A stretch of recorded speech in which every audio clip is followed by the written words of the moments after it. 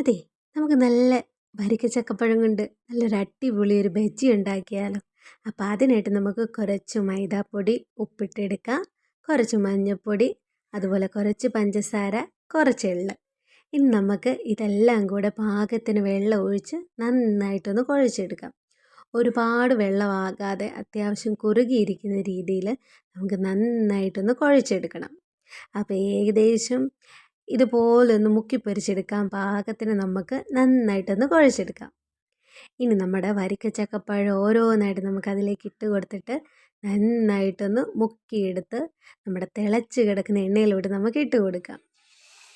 അടിപൊളി ടേസ്റ്റാണ്. അപ്പോൾ നമുക്ക് ഓരോന്നും ഇതുപോലെ നമുക്ക് എണ്ണയിലേക്ക് ഇട്ടിട്ട് നമുക്ക് നന്നായിട്ടൊന്ന് വറുത്ത് കോരിയെടുക്കാം. അപ്പോൾ എല്ലാവരും എൻ്റെ കൊച്ചടുക്കള ഒന്ന് സബ്സ്ക്രൈബ് ചെയ്യണം, ബെല്ലൈക്കൺ അമർത്തണം, കൂടെ ഒന്ന് ലൈക്കും ചെയ്യണം. ബെല്ലൈക്കൺ അമർത്തുമ്പം ഓളൊന്നുകൂടെ കൊടുത്താലേ എൻ്റെ മുന്നോട്ടുള്ള വീഡിയോസൊക്കെ നിങ്ങൾക്ക് കാണാൻ പറ്റും. അപ്പം നമുക്കെല്ലാം ഇതുപോലെ നന്നായിട്ട് മൊരിഞ്ഞു വന്നിട്ടുണ്ട്. നമുക്കെല്ലാം കോരി ഒരു പാത്രത്തിലേക്ക് മാറ്റാം. അപ്പം നമ്മുടെ ചക്കപ്പഴം ബജി റെഡി ആയിട്ടുണ്ട്. അടിപൊളി ടേസ്റ്റാണ്. നിങ്ങളെല്ലാവരും ഒന്ന് ട്രൈ ചെയ്ത് നോക്കണം. കുഞ്ഞുങ്ങൾക്കൊക്കെ ഒരുപാട് ഇഷ്ടപ്പെടും. അത്രയും ടേസ്റ്റാണ്. അപ്പോൾ ഓക്കെ, ബായ്.